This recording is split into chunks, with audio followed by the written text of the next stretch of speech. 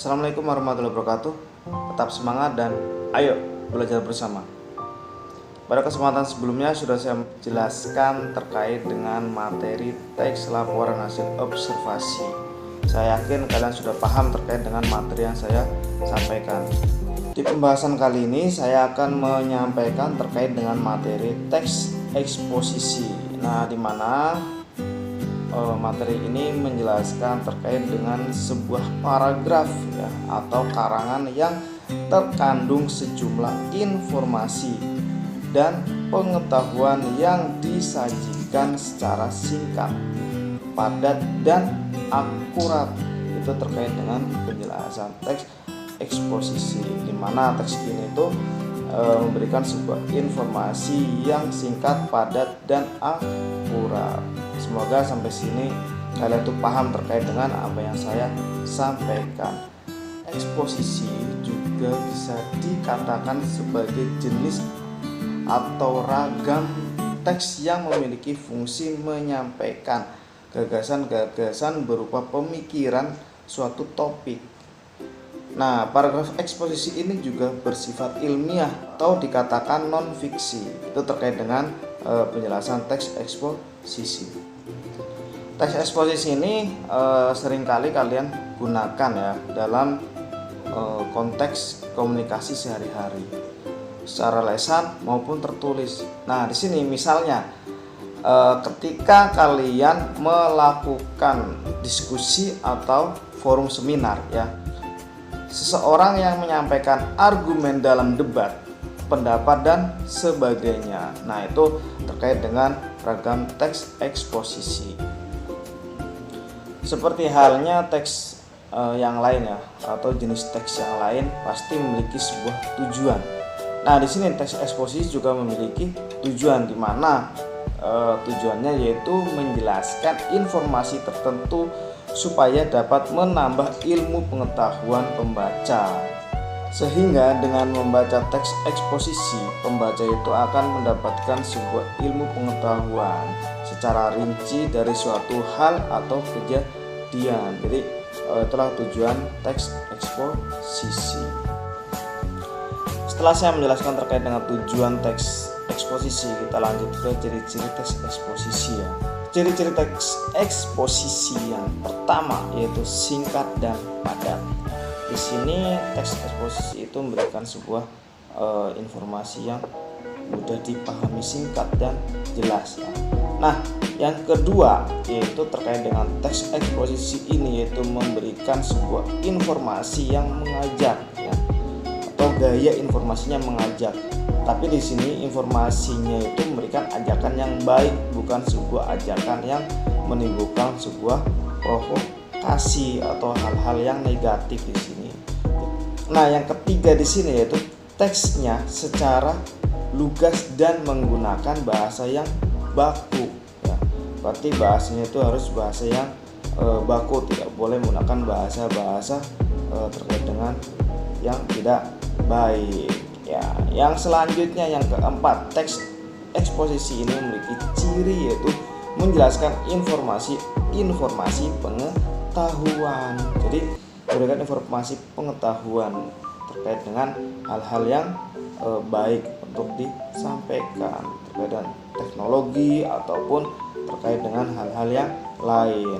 Nah, yang selanjutnya terkait dengan teks eksposisi ini tidak memihak ya, berarti tidak memaksakan kemauan dari penulis terhadap pembacanya. Nah, di sini tidak boleh ada paksaan ya terkait dengan hal-hal yang disampaikan atau ditulis oleh penulis dari teks eksposisi itu sendiri. Nah, yang selanjutnya teks eksposisi ini bersifat objektif atau netral ya.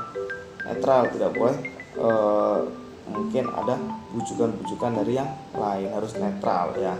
Nah, terkait dengan teks eksposisi yang selanjutnya yaitu penjelasannya disertai dengan data-data yang akurat ya. Data-datanya itu harus jelas, kamu dapatkan dari mana terkait dengan informasi yang akan disampaikan atau ditulis terkait dengan membuat teks eksposisi ini. Ciri yang selanjutnya terkait dengan teks eksposisi ini yaitu fakta ya terkait dengan informasi ini harus benar-benar terjadi atau benar-benar ada, bukan hanya sebuah opini saja. Terakhir terkait dengan teks eksposisi atau ciri-ciri dari teks eksposisi ini, yaitu umumnya menjawab pertanyaan. Ya, ada sebuah pertanyaan di sini. Apa, siapa, kapan, di mana, dan bagaimana. Itu terkait dengan ciri-ciri teks eksposisi. Sampai sini saya yakin kalian paham ya terkait dengan apa yang saya sampaikan. Nah, sebelum kita lanjutkan terkait dengan materi teks eksposisi ini, silakan kalian saksikan contoh ya terkait dengan video teks eksposisi yang akan saya lampirkan di video ini. Silakan kalian pelajari terkait dengan video yang saya berikan. Untuk pertemuan selanjutnya nanti saya akan menjelaskan terkait dengan struktur teks eksposisi. Kalian pahami dulu contohnya, baru kalian tuh akan melanjutkan materi struktur teks eksposisi ini. Jadi saat kalian sudah mengetahui contoh dari teks eksposisi ini, saya yakin kalian tuh akan mudah untuk menentukan struktur teks eksposisi.